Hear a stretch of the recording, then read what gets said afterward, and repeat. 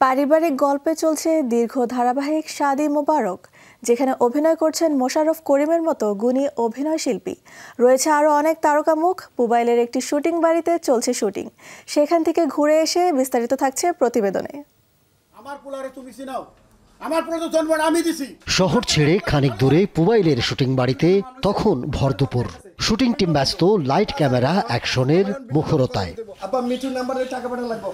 একের পর এক টেকে চলে দৃশ্য ধারণ। 5 ভাই বোনের পারিবারিক গল্প নিয়েই দীর্ঘ ধারাবাহিক শাদি মোবারক। নাটকের প্রধান 3 চরিত্রে অভিনয় করেছেন মোশাররফ করিম, শামীম জামান এবং আ.খ.ম. হাসান। বিয়েটা নিয়েই আসলে নানান যন্ত্রণা। পরিবারের এক ছেলে, মেজো ছেলে আমি। তো সে বড় ভাইয়ের আগে বিয়ে করে ফেলে গোপনে।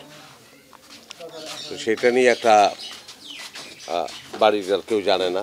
সে শ্বশুর বাড়িতে ঘর জামাইয়ের মতো থাকে, মাঝে মাঝে বাড়িতে আসে।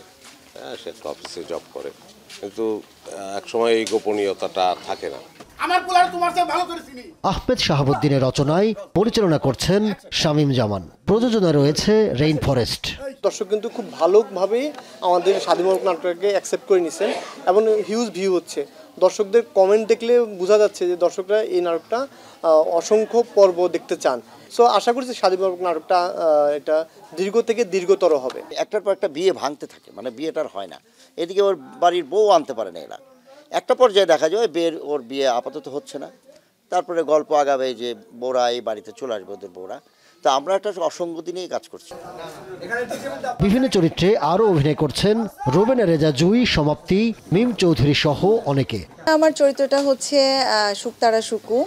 আমার 4 ভাই, আমার বাবা, আমার মা অনেক আগে মারা গেছেন, আর আমার মা মেন্টালি একটু সিক ছিলেন। 4 ভাই 1 বোন, ওই বোনের হাজবেন্ডের ক্যারেক্টার করছি আমি। এখানে সব বড় বড় আর্টিস্টদের সাথে কাজ করার সুযোগ পেয়েছি। আমার কাছে এটা অনেক বড় একটা বিষয় যে আমি অনেক কিছু শিখতে পারছি।